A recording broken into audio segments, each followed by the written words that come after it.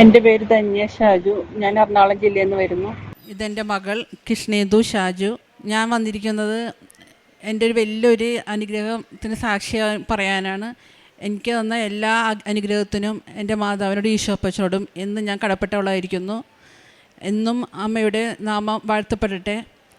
എൻ്റെ ഇവിടെ വന്ന ഉടമ്പടി എടുക്കുന്ന ഒരാഴ്ച മുമ്പ് എനിക്ക് വലിയൊരു സ്വപ്ന ദർശനമുണ്ടായി മാതാവിൻ്റെ. ഞാൻ എൻ്റെ വീടിൻ്റെ അടുത്തുള്ള പള്ളിയിൽ ചില്ലിൻകൂട്ടിൽ മാതാവിനെ പ്രാർത്ഥിച്ചുകൊണ്ടിരിക്കുന്ന സമയത്ത് മാതാവ് പെട്ടെന്ന് അപ്രത്യക്ഷമായി ആകാശത്ത് മുഴുവനായിട്ടും മാതാവിൻ്റെ മുഖം മാത്രമായിട്ട് നിൽക്കുന്ന ഒരു രൂപമാണ് കണ്ടത്. അതായത് ആകാശം എത്രത്തോളം വലുതാണ് അത്രയും വലിയ മാതാവിൻ്റെ ഒരു രൂപമാണ് ഞാൻ കണ്ടത്. ആ ഒരു ഇടിവെട്ട് വെട്ടിയിട്ടുള്ള ഒരു മുഖം പോലെ എനിക്ക് തോന്നിയത്. കാരണം ഞാൻ അത്രയും പെട്ടെന്നൊരു സ്വപ്നത്തിൽ അത്രയും വലിയൊരു ദർശനം എന്ന് പറഞ്ഞത് എനിക്ക് ഇപ്പോഴും ആ ഒരു സ്വപ്ന ദർശനം ഇപ്പോഴും ഒരു അത്ഭുതം തന്നെയാണ്. ഞാനത് ആ സ്വപ്ന മാതാവിൻ്റെ കണ്ടിട്ട് ഞാൻ എൻ്റെ അമ്മയെന്നും പറഞ്ഞ് എഴുന്നേറ്റു. അതായിരുന്നു എൻ്റെ ദർശനം. അത് കഴിഞ്ഞ് 2-3 ദിവസം കഴിഞ്ഞപ്പോൾ ഞാൻ എൻ്റെ ഒരു ഫ്രണ്ടിനോട് പറഞ്ഞു, ഞാനിങ്ങനെ മാതാവിൻ്റെ ഒരു സ്വപ്നം കണ്ടു എന്ന് പറഞ്ഞു. അപ്പോൾ എൻ്റെ ഫ്രണ്ട് എന്നോട് പറഞ്ഞു, നിനക്ക് എന്തോ മാതാവ് തരാനായിട്ട് വെച്ചിട്ടുണ്ട്, അതുകൊണ്ടാണ് ആ സ്വപ്നം കണ്ടതെന്ന് പറഞ്ഞു. അത് കഴിഞ്ഞപ്പോൾ തന്നെ ഞാൻ 2-3 ദിവസം കഴിഞ്ഞപ്പോൾ ഞാൻ ഇവിടെ എത്തി. അങ്ങനെ ഞാൻ ഉടമ്പടി എടുത്തു. 12/11/2024 ഞാൻ ഉടമ്പടി എടുക്കാൻ വന്നത്. ഇവിടെ ഞാൻ വന്നു. എനിക്ക് ഉടമ്പടിയുടെ കാര്യങ്ങളൊന്നും തന്നെ അറിയില്ല. ഞാൻ ആദ്യമായിട്ട് വേണം ഇവിടെ വന്നത്. ഞാൻ അങ്ങോട്ട് വന്ന് ഉടമ്പടി എടുക്കാനായിട്ട് മുകളിൽ കയറി അച്ഛൻ്റെ ടോക്ക് ഉടമ്പടിയുടെ കാര്യങ്ങളെല്ലാം പറയുന്നതെല്ലാം ഞാൻ കേട്ടിരുന്നു. അങ്ങനെ ഞാൻ എൻ്റെ ആദ്യത്തെ നിയോഗം വെച്ചിരുന്നത്, ഞാൻ ഹൈക്കോടതിയിൽ പ്രാക്ടീസ് ചെയ്യുന്ന അഡ്വക്കേറ്റാണ്. അപ്പം ഞാൻ എൻ്റെ കരിയറിൽ എനിക്ക് എങ്ങനെയെങ്കിലും ഇൻഡിപെൻഡൻ്റ് ആവണമെന്നുള്ളൊരു ആഗ്രഹത്തോടു കൂടിയാണ് ഞാനിവിടെ വന്നത്. അതായിരുന്നു എൻ്റെ ഏറ്റവും വലിയൊരു ആഗ്രഹവും. അപ്പം എനിക്ക് എല്ലാ ആഗ്രഹങ്ങളും ഞാൻ നന്നായിട്ട് എഴുതി. എനിക്ക് അങ്ങനെ ആ കമ്പനിയിൽ കിട്ടണം, ഇന്ന സ്ഥലത്ത് ജോലി ലീഗൽ അഡ്വൈസറായിട്ട് കിട്ടണം, അങ്ങനെ ഓരോന്ന് എഴുതി. അങ്ങനെ എൻ്റെ 4ാമത്തെ നിയോഗം ഞാൻ വെച്ചത്, എനിക്ക് എൻ്റെ ഒരു വിശ്വാസം എന്നും നിലനിർത്തണേ എന്നായിരുന്നു. ഞാനത് എഴുതുമ്പോൾ തന്നെ അച്ഛൻ്റെ ടോക്ക് TV-യിൽ പറയണം, നിൻ്റെ വിശ്വാസം എന്നും നിലനിൽക്കുമെന്ന്. അപ്പം തന്നെ എനിക്ക് തോന്നി ഇവിടെ എന്തോ ഒരു അത്ഭുതം നടക്കുന്നുണ്ടെന്ന്. കാരണം അല്ലാണ്ട് ഞാൻ ആ 4ാമത്തെ നിയോഗം എഴുതുമ്പോൾ തന്നെ അച്ഛൻ്റെ ടോക്കും അതായിട്ട് ഒപ്പം പറഞ്ഞ്. അപ്പം എനിക്ക് മനസ്സിലായി ഇവിടെ അത്ഭുതങ്ങൾ എന്തൊക്കെയോ നടക്കുന്നുണ്ടെന്ന് എനിക്ക് അപ്പം തന്നെ കിട്ടി. എൻ്റെ ഇവിടെ വന്നിട്ട് ആദ്യത്തൊരു അത്ഭുതം അതാണ്. അത് കഴിഞ്ഞ് ഞാൻ ഉടമ്പടി എടുത്ത് എല്ലാ നിയോഗങ്ങളെല്ലാം വെച്ച് പ്രാർത്ഥിച്ചു. ഞാൻ പോയി കഴിഞ്ഞ് എനിക്കൊരു 30 ദിവസത്തിനുള്ളിൽ തന്നെ എനിക്കൊരു കമ്പനിയിൽ നിന്ന് ഇൻ്റർവ്യൂവിന് വിളിച്ചു. അപ്പം ഞാൻ നേരത്തെ വസ്തുക്കളെല്ലാം കൊണ്ടുപോയി എല്ലാം ഇട്ട് പ്രാർത്ഥിച്ചു. ഞങ്ങളൊരു 19 പേരുണ്ടായിരുന്നു അവിടെ ഇൻ്റർവ്യൂവിന്. ഞാൻ മാത്രം എറണാകുളത്ത് നിന്ന്, ബാക്കി എല്ലാവരും പാലക്കാട്, തിരുവനന്തപുരം, കൊല്ലം, അങ്ങനെ പല സ്ഥലത്തു നിന്നായിരുന്നു. അവരോടൊക്കെ ഇഷ്ടമാതിരി ചോദ്യങ്ങൾ അവർ ചോദിച്ചു ഇൻ്റർവ്യൂവിന്. അങ്ങനെ അവർ ഇൻ്റർവ്യൂവും കഴിഞ്ഞ് പോയി. അപ്പം ഞാൻ അവരോടൊക്കെ ചോദിക്കുമായിരുന്നു എന്തൊക്കെ ചോദിച്ചു. അങ്ങനെ ഏറ്റവും അവസാനത്തെ എൻ്റെ ഇൻ്റർവ്യൂവിന് വിളിച്ചത്. ഇൻ്റർവ്യൂവിന് വിളിച്ച് അവരെന്നോടൊന്നും ചോദിച്ചില്ല. എന്നോട് വീട് എവിടെയാണ് എല്ലാ കാര്യങ്ങളും മാത്രം ചോദിച്ചു. എന്നോട് മാത്രം അവർ സർട്ടിഫിക്കറ്റ് വാങ്ങിച്ചു. അപ്പോൾ ഞാൻ സർട്ടിഫിക്കറ്റ് കൊടുത്ത ചേച്ചി എന്നോട് ചോദിച്ചു, എന്നോട് ഇവിടെ സർട്ടിഫിക്കറ്റ് തരാൻ പറഞ്ഞിട്ടുണ്ടോയെന്ന്. ഞാൻ പറഞ്ഞു എന്നോട് തരാൻ പറഞ്ഞിട്ടുണ്ട്. അപ്പോൾ എനിക്ക് മനസ്സിലായി വേറെ ആരുടെ കയ്യിൽ നിന്നും ഇവർ സർട്ടിഫിക്കറ്റ് വാങ്ങിച്ചിട്ടില്ല. അങ്ങനെ അവസാനത്തെ ഇൻ്റർവ്യൂ എൻ്റെ നടത്തി എൻ്റെ സർട്ടിഫിക്കറ്റ് മാത്രം മേടിച്ചു. അപ്പോൾ എനിക്ക് മനസ്സിലായി മാതാവ് എനിക്ക് തന്ന എനിക്ക് വേണ്ടി മാത്രം മാതാവ് ആ ഇൻ്റർവ്യൂ ബോർഡ് ഉണ്ടാക്കിയെന്നുള്ളത് എനിക്ക് മനസ്സിലായി. അങ്ങനെ എനിക്ക് വേണ്ടി മാതാവ് എന്നെ കയറ്റാൻ വേണ്ടി മാത്രമായി ഇൻ്റർവ്യൂ നടത്തി. അതായിരുന്നു എൻ്റെ ഏറ്റവും ആദ്യത്തെ ഉടമ്പടി സാക്ഷ്യം. അങ്ങനെ 30 ദിവസത്തിനുള്ളിൽ തന്നെ എൻ്റെ മാതാവ് എന്നെ കാത്തു. അത് കഴിഞ്ഞിട്ട് പിന്നെ എനിക്ക് അങ്ങോട്ട് പല ബാങ്കിൽ നിന്നും ഒക്കെ ഇൻ്റർവ്യൂ കിട്ടി. അങ്ങനെ 2-3 ബാങ്കിലും മൈക്രോ ഫിനാൻസ് കമ്പനികളിൽ, അങ്ങനെ അതിലൊക്കെ പാനലിലൊക്കെ എന്നെ ആഡ് ചെയ്തു. ഇപ്പോൾ എനിക്കൊരു കുഴപ്പമില്ലാത്തൊരു തിരക്കിലുള്ള വക്കീലായി ഞാൻ മാറി. അങ്ങനെ ഇപ്പം എനിക്ക് ഒരു അഹങ്കാരമായിട്ട് പറയേണ്ടതല്ല, മാതാവ് എൻ്റെ പ്രാർത്ഥന അങ്ങോട്ട് കേട്ടു. ഞാൻ എല്ലാ ദിവസവും 3 മണിക്കും 5 മണിക്കും മുമ്പാണ്, ആ ഇടയിലാണ് ഞാൻ പ്രാർത്ഥിക്കാറ്. ഞാനത് പ്രാർത്ഥിക്കുമ്പോൾ വിശ്വാസ പ്രമാണമൊക്കെ ജോസഫ് അച്ഛനെ എഴുതിയിൽ നിന്നൊക്കെ ഞാൻ കുറച്ച് മാറ്റമൊക്കെ വരുത്തി. കാരണം സർവശക്തനായ പിതാവും മാതാവും തിരുകുമാരനും കൃപാസനമ്മയും ഉടമ്പടി മാതാവും യേശുവിൻ്റെ അമ്മയും അങ്ങനെ ഒരു നിരനിരയായിട്ട് അങ്ങോട്ട് പോകും. അത് കഴിഞ്ഞിട്ടാണ് ഞാൻ പറയണത്. കാരണം ഞാൻ എൻ്റെ ഒരു മാതാവിനോട് എത്രത്തോളം എടുക്കാൻ പറ്റും അത്രത്തോളം ഞാൻ എടുക്കാൻ നോക്കിയിരുന്നു. 2:30 ഇവിടെ ആ മാതാവ് പ്രത്യക്ഷപ്പെട്ട സമയത്ത് ഡിസംബർ 7-ാം തീയതി ആണെങ്കിലും എല്ലാ ദിവസവും 2:30 ആകുമ്പോഴും ചിലപ്പോൾ 2 മണി കഴിഞ്ഞ് 2:15 ആ സമയത്ത് ഞാനത് ഓർത്ത് ഞാൻ വിശ്വാസ പ്രമാണം ചെല്ലാറുണ്ട്. ചില ദിവസം 3 മണിയായിരിക്കും, എന്നാലും ഞാനത് ഒരു ദിവസം പോലും വിടാറില്ല. പ്രത്യേകിച്ചും ഞാനത് എല്ലാ ദിവസവും ശ്രദ്ധിക്കാറുണ്ട്. പിന്നെ ഡിസംബർ 7-ാം തീയതി 2:30ക്ക് മാതാവ് പ്രത്യക്ഷപ്പെട്ട സമയത്ത് ഞങ്ങൾ ഡിസംബർ 7-ാം തീയതി കഴിഞ്ഞ കൊല്ലമൊക്കെ ഭക്ഷണം ഒന്നും കഴിക്കാതെ മാതാവ് പ്രത്യക്ഷപ്പെട്ട സമയത്ത് 2:30 മണി കഴിഞ്ഞ് ഞങ്ങൾ കേക്കൊക്കെ വാങ്ങിച്ച് മാതാവിൻ്റെ ആ രൂപമൊക്കെ ഉള്ള കേക്കൊക്കെ മേടിച്ച് കട്ട് ചെയ്തു. അത് കഴിഞ്ഞ് ഞങ്ങൾ പ്രാർത്ഥിച്ച് അരമണിക്കൂറോളം പ്രാർത്ഥിച്ച് കഴിഞ്ഞിട്ടാണ് ഞങ്ങൾ വെള്ളം പോലും കുടിച്ചത്.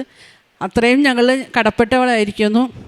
പിന്നെ ഈ ജീവിതം പോരാ ഈ നന്ദി പറയാനായിട്ട് എനിക്ക്. അത് കഴിഞ്ഞിട്ട് പിന്നെ എനിക്ക് എൻ്റെ മോളുടെ കാര്യമാണ് ഉള്ളത്. മോൾ SSLC ആണ്. മോൾക്ക് അത്ര നന്നായിട്ട് അവൾ പഠിക്കുകയൊന്നുമില്ല. പക്ഷേ അവസാനത്തെ പരീക്ഷയുടെ സമയത്ത് ഞാൻ ഉപവാസമൊക്കെ എടുത്ത് പ്രാർത്ഥിക്കും.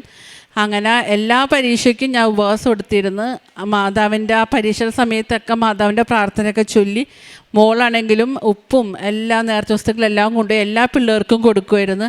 പിന്നെ അച്ഛൻ്റെ ബ്ലെസ്സിങ്സ് ഞങ്ങൾ വാങ്ങിച്ചിരുന്നു പരീക്ഷ കഴിഞ്ഞിട്ടാണെങ്കിലും.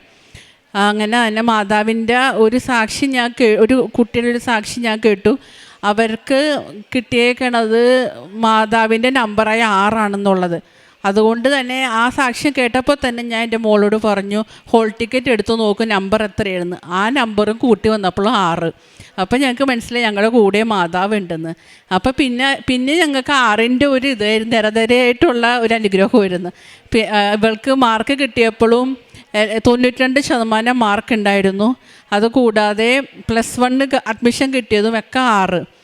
പക്ഷേ ഞങ്ങൾ ഒരിക്കലും വിചാരിക്കാത്തൊരു റിസൾട്ടായിരുന്നു 92% മാർക്ക് കിട്ടണം എന്നുള്ളത്. പിന്നെ എൻ്റെ മോൾക്ക് യൂട്രസിൽ സിസ്റ്റിൽ 2 ചെറിയ സിസ്റ്റ് ഉണ്ടായിരുന്നു. അത് ഞങ്ങൾ എല്ലാ നേർച്ച വസ്തുക്കളും വെച്ച് എല്ലാ ദിവസവും പ്രാർത്ഥിക്കുമായിരുന്നു. അപ്പോൾ ഡോക്ടർ എന്നോട് പറഞ്ഞിരുന്നു ഒരു 5-6 മാസം കഴിയുമ്പോൾ ഫോളോ അപ്പ് വേണമെന്ന് പറഞ്ഞിരുന്നു. അപ്പം ഞാൻ ഉടമ്പടിയിൽ ഈ പ്രാർത്ഥന ഞാൻ നിയോഗം വെച്ച് എഴുതിയിരുന്നു. അങ്ങനെ 6-7 മാസം കഴിഞ്ഞപ്പോൾ ഞങ്ങൾ ഡോക്ടർ ലക്ഷ്മി ഹോസ്പിറ്റലിൽ ചെന്ന് സ്കാൻ ചെയ്തപ്പോൾ ഡോക്ടർ പറഞ്ഞു ഇപ്പോൾ സിസ്റ്റ് ഒന്നുമില്ല, ഒരു കുഴപ്പവും ഇല്ല എന്ന് പറഞ്ഞ് ഡോക്ടർ ആ റിപ്പോർട്ട് അങ്ങോട്ട് വലിച്ചെറിയാണ് ചെയ്തത്. കാരണം അവർക്ക് ആ സിസ്റ്റമൊന്നും കാണാത്തതുകൊണ്ട് അവർക്ക് ദേഷ്യമായി ഞങ്ങളോട്. അപ്പോൾ ഞങ്ങൾക്ക് മനസ്സിലായി മാതാവ് ഇടപെട്ട് ഞങ്ങൾക്ക് ആ രോഗമുക്തി കിട്ടിയെന്നുള്ളത്. പിന്നെ ഈ 2:30ക്കാണ് 3 മണിക്കും 5 മണിക്കിടയിലാണ് ഞാൻ എപ്പോഴും പ്രാർത്ഥിക്കാവുന്നത്. 4:30 വിട്ട് ഞാൻ ഒരിക്കലും ഇന്നേ വരെയും പോയിട്ടില്ല പ്രാർത്ഥന വെളുപ്പിന്.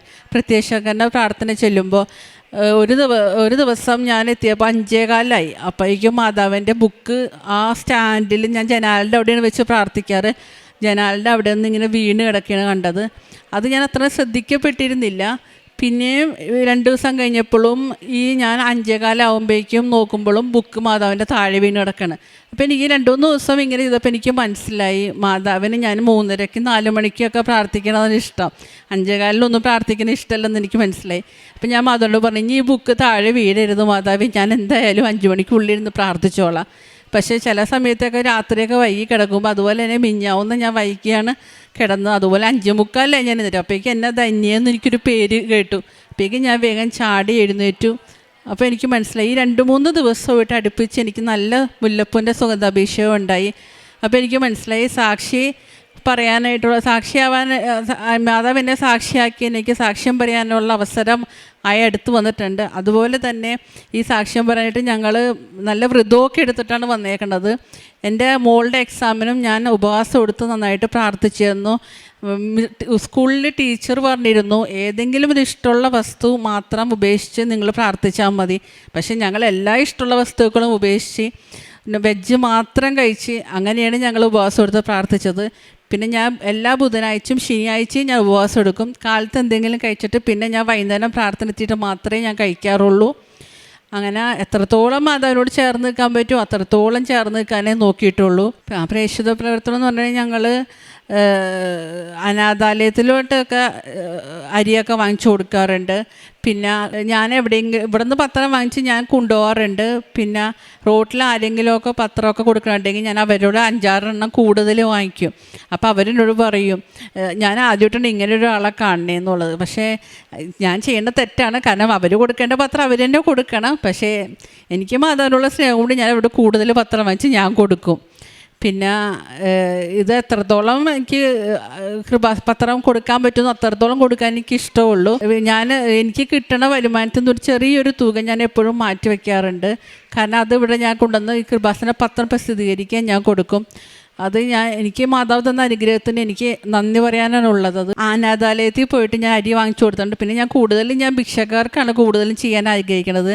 ഞാൻ രണ്ടാൾക്കാർക്ക് ഞാൻ അങ്ങനെ ഒരു ഡ്രസ്സ് വാങ്ങിച്ചു കൊടുത്തിട്ട് അവരാ ഡ്രസ്സ് ഭിക്ഷ എടുക്കുന്ന ആളായതുകൊണ്ട് അവരത് വാങ്ങിച്ചു. പക്ഷെ അവരത് ഡ്രസ്സ് എടുത്ത് കണ്ടിട്ടില്ല ഞാൻ പിറ്റേ ദിവസം നോക്കുമ്പോൾ. പിന്നെ എനിക്കത് ചെയ്യാനല്ലേ പറ്റുള്ളൂ, പിന്നെ അവരെ ധരിപ്പിക്കാൻ എനിക്ക് പറ്റൂലല്ലോ. അങ്ങനെ ഞാൻ അവർക്ക് കൂടുതലും ഭിക്ഷക്കാർക്ക് ഞാൻ നല്ലോണം സഹായം ഞാൻ ചെയ്യാൻ നോക്കാറുണ്ട്. ഇവിടെ വരുമ്പോഴും ഞാൻ 2 പൊതി ചോറെങ്കിലും ആർക്കെങ്കിലും കൊടുക്കാറുണ്ട്. കാരണം മാതാവിൻ്റെ മുന്നിലുള്ളവർക്ക് കൊടുത്തിട്ടല്ലേ ബാക്കിയുള്ളവർക്ക് കൊടുത്തിട്ട് കാര്യമുള്ളൂ. പിന്നെ വേറൊരു കാര്യം എനിക്ക് സൗഖ്യപ്പെട്ടത്, എനിക്ക് മൈഗ്രെയിൻ ഭയങ്കര തലവേദനയായിരുന്നു. ഒരു 4-5 മണിക്കൂർ എനിക്ക് ആ തലവേദന മാറൂല, അങ്ങനെ ഒരു തലവേദനയായിരുന്നു. പക്ഷെ ആ തലവേദന എനിക്ക് ഉണ്ടെന്നുള്ള കാര്യം ഞാൻ മറന്നേ പോയി. ഈ ഉടമ്പടിയിലൂടെ അങ്ങനത്തെ ഒരു രോഗം ഉണ്ടെന്ന് ഞാൻ മറന്നുപോയി. പിന്നെ എനിക്ക് ഒരു ദിവസം ഒരു തലവേദന വന്ന് കുറച്ച് നേരം നിന്നപ്പോഴാണ് എനിക്ക് ഓർമ്മ വന്നത്, ഈ ഒരു തലവേദന എൻ്റെ മാറിപ്പോയല്ലോ എന്ന്. അങ്ങനെ എന്നും ഈ ജീവിതം പോരാ മാതാവിനോട് നന്ദി പറയാനായിട്ട്. എന്നും ഞാൻ കടപ്പെട്ടവളായിരിക്കുന്നു. എന്നും ഞാൻ ഈ ഉടമ്പടിയിൽ തന്നെ ജീവിക്കും. എല്ലാത്തിനും അനുഗ്രഹത്തിനും നന്ദി മാതാവേ. ഈശോപ്പച്ചനും നന്ദി. 16-ാം സങ്കീർത്തനം 5-6 തിരുവചനങ്ങൾ. കർത്താവാണ് എൻ്റെ ഓഹരിയും പാനപാത്രവും, എൻ്റെ ഭാഗധേയം അവിടുത്തെ കരങ്ങളിലാണ്. അഭികാമ്യമായ ദാനമാണ് എനിക്ക് അളന്നു കിട്ടിയിരിക്കുന്നത്, വിശിഷ്ടമായ അവകാശം എനിക്ക് ലഭിച്ചിരിക്കുന്നു.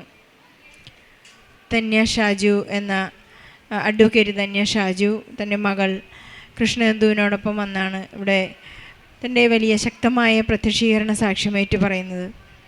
ഒരിക്കൽ ബഹുമാനപ്പെട്ട ജോസഫ് അച്ഛൻ ഈ അൾത്താരയിൽ പറയുകയുണ്ടായി, നമുക്ക് എന്തെങ്കിലും പാകപ്പിഴ വന്നാൽ അമ്മയുടെ അക്കൗണ്ടിൽ നിന്ന് നമുക്ക് ജാമ്യം കിട്ടുമെന്ന് ബഹുമാനപ്പെട്ട ജോസഫ് അച്ഛൻ ഒരു തവണ നമ്മെ ഓർമ്മിപ്പിക്കുകയുണ്ടായി. എപ്പോഴും ഓർമ്മിപ്പിക്കുന്നൊരു കാര്യമാണ്, ജാമ്യം നിൽക്കുന്ന ഒരാളാണ് അമ്മ. നമ്മുടെ ഏതൊരു ജീവിതാവസ്ഥയിലും നാം എത്തി നോക്കുമ്പോൾ നമുക്ക് എന്തെങ്കിലുമെല്ലാം കുറവുകളുണ്ടെങ്കിൽ ഉടമ്പടിയിലായിരിക്കുന്ന മക്കൾക്ക് എപ്പോഴും പരിശുദ്ധ അമ്മ കൂടെ നിൽക്കുന്ന അനുഭവം, സാമീപ്യവും അതുപോലെ തന്നെ സുഗന്ധ അഭിഷേകത്തിലൂടെയും സ്വപ്ന ദർശനത്തിലൂടെയും എല്ലാം കമ്മ്യൂണിക്കേഷൻ വഴിയായി ഈ മകളെ ഒരുപാട് പരിശുദ്ധ അമ്മ ഈശോയിലേക്ക് അടുപ്പിച്ചതിൻ്റെ ഒരു പ്രത്യക്ഷീകരണ സാക്ഷ്യമാണ് അഡ്വക്കേറ്റ് തന്നെ ഇവിടെ ഏറ്റുപറഞ്ഞത്. ഹൈക്കോർട്ട് അഡ്വക്കേറ്റ് ആയിരിക്കുന്ന ഒരു വ്യക്തി, നമുക്കറിയാവുന്നതുപോലെ വളരെ എലൈറ്റഡ് ആയിട്ടുള്ള ഒരു വ്യക്തി ഇവിടെ സാക്ഷ്യം പറയുമ്പോൾ എത്രമാത്രം ഉടമ്പടി വളരെ തറവായി പഠിച്ച് അതിൻ്റെ ഡൈനാമിസം, മെക്കാനിസം, അതുപോലെ ഇതിൻ്റെ അടിയൊഴുക്കുകളെല്ലാം അറിഞ്ഞതിന് ശേഷമാണ് ഈ സഹോദരിയുടെ ഉടമ്പടിയിൽ വന്ന് ഒപ്പുവെക്കുന്നത്. ഇവിടേക്ക് അമ്മ തന്നെ ക്ഷണിച്ചു കൊണ്ടുവരുന്നതാണ്. കാരണം ഇവിടെ വരുന്നതിന് 2 ദിവസം മുമ്പാണ് വലിയ ആകാശത്തിൽ, വലിയ ബിഗ് സ്കൈ എന്ന് US പറയുന്നത് പോലെ വലിയ ആകാശത്തിൽ വലിയ രൂപത്തിലാണ് പരിശുദ്ധ അമ്മ അനുഗ്രഹിച്ചുകൊണ്ടുള്ള ഒരു വലിയ ദർശനം, സ്വപ്ന ദർശനം ഈ മകൾക്കുണ്ടായത്. പരിശുദ്ധ അമ്മ ഇവിടെ ആകർഷിച്ചിട്ടാണ് എല്ലാ മക്കളും ഇവിടെ വന്ന് ഉടമ്പടി ചെയ്ത് പ്രാർത്ഥിക്കുന്നത്. സമയച്ചുരുക്കത്തിൻ്റെ അമ്മ തൻ്റെ ഒരു ചെറിയ സങ്കടം, എനിക്കൊരു പ്രൊമോഷൻ തരണമേ എന്നുള്ള ആ പ്രാർത്ഥന 1 മാസത്തിനുള്ളിലാണ് പ്രാർത്ഥനാ നിയോഗത്തിൻ്റെ ആ ഒരു വലിയ സാധ്യത ഈ മകൾക്ക് ഉണ്ടായത് എന്നേറ്റു പറയുന്നു. അതിനുശേഷം വളരെയധികം ഇൻ്റർവ്യൂസും നല്ല നല്ല റെപ്യൂട്ടഡ് കമ്പനികളിൽ അഡ്വക്കേറ്റായി ജോലി ചെയ്യാനുള്ള സാധ്യതകളും ഈശോ തുറന്നു കൊടുത്തതായി ഈ മകളോട് ഏറ്റു പറയുകയാണ്. പരിശുദ്ധ അമ്മയോടുള്ള സ്നേഹം ഒരുപാട് കാര്യങ്ങളാണ് ഈ മകൾ ചെയ്യുന്നത്. 2:30 സമയത്ത് എനിക്ക് എപ്പോഴും അമ്മയോട് ചേർന്നിരിക്കണം, അമ്മയുടെ പ്രാർത്ഥനകൾ ചെല്ലണം, അമ്മയോട് വിശ്വാസപ്രമാണം ചൊല്ലി അനേകർക്ക് വേണ്ടി പ്രാർത്ഥിക്കണം. അതുപോലെ ഫാമിലിയുടെ ഒരു ഫാമിലി മെമ്പറാണ് പരിശുദ്ധ അമ്മയുടെ ആഘോഷങ്ങൾ, ബർത്ത്ഡേ ആഘോഷിക്കുന്നതും കേക്ക് കട്ട് ചെയ്യുന്നതും, അതുപോലെ തന്നെ ഏതെങ്കിലുമൊക്കെ നിയോഗങ്ങൾ പ്രാർത്ഥിക്കുമ്പോൾ തൻ്റെ മകളുടെ ആവശ്യങ്ങൾക്കായാലും പരീക്ഷയ്ക്ക് വേണ്ടി ഒരുങ്ങുമ്പോഴായാലും വ്രതം ചെയ്ത് ഉപവസിച്ചുകൊണ്ട് പരിശുദ്ധ അമ്മയോട് ഉപവാസ പ്രാർത്ഥനയോടെയാണ് മധ്യസ്ഥം ഉപേക്ഷിച്ച് പ്രാർത്ഥിക്കുന്നത്. അതെല്ലാം നമുക്ക് വലിയ പ്രേരണ നൽകുന്നതാണ്. ഒരു അക്രൈസ്തവയായ മകൾ ഇവിടെ നിന്ന് ഏറ്റുപറയുന്നത് ഈശോയെ സ്നേഹിക്കുവാൻ പരിശുദ്ധ അമ്മ എത്രമാത്രം ഈ മകളെ കൂട്ടിച്ചേർക്കുന്നു എന്ന് ഈ മകൾ ഏറ്റുപറയുകയാണ്. സുഗന്ധാഭിഷേകത്തിലൂടെ പരിശുദ്ധ അമ്മ ഓരോ നിമിഷവും സാമീപ്യം നൽകുമ്പോൾ എത്രമാത്രം ആനന്ദമാണ് തനിക്കുണ്ടാകുന്നതെന്ന് ഏറ്റുപറയുകയുണ്ടായി. ഉടമ്പടി ദൈവത്തെ ലക്ഷ്യം വെച്ച് ജീവിക്കുന്ന ഒരു വലിയ സുവിശേഷ പദ്ധതി കൂടിയാണ് എന്ന് നമുക്ക് മനസ്സിലാക്കാം. കാരണം പത്രം മറ്റുള്ളവർ കൊടുക്കുമ്പോൾ അവരിൽ നിന്ന് വാങ്ങി എൻ്റെ ഒരു കൊതിയോടെയാണ് ഞാൻ ഈശോയെക്കുറിച്ച് സംസാരിച്ചുകൊണ്ട്, പരിശുദ്ധ അമ്മയെക്കുറിച്ച് സംസാരിച്ചുകൊണ്ട് പത്രം കൊടുക്കുന്നതെന്ന് നമ്മൾ പറയുന്നു. ഇവിടെ നിയോഗങ്ങൾക്ക് പ്രാധാന്യമില്ല. അമ്മ പറയുന്നത് പോലെ എനിക്ക് അമ്മ എല്ലാം തരുന്നതുകൊണ്ട് ഇനി എനിക്കൊന്നും ചോദിക്കേണ്ടി വരുന്നില്ല. ഇതൊരു ഉഭയകക്ഷി ബന്ധമായതുകൊണ്ട് ദൈവവുമായുള്ള ആത്മബന്ധം വളരേണ്ടത് ആവശ്യമാണെന്ന് അഡ്വക്കേറ്റ് ഓൾറെഡി മനസ്സിലാക്കി കഴിഞ്ഞു.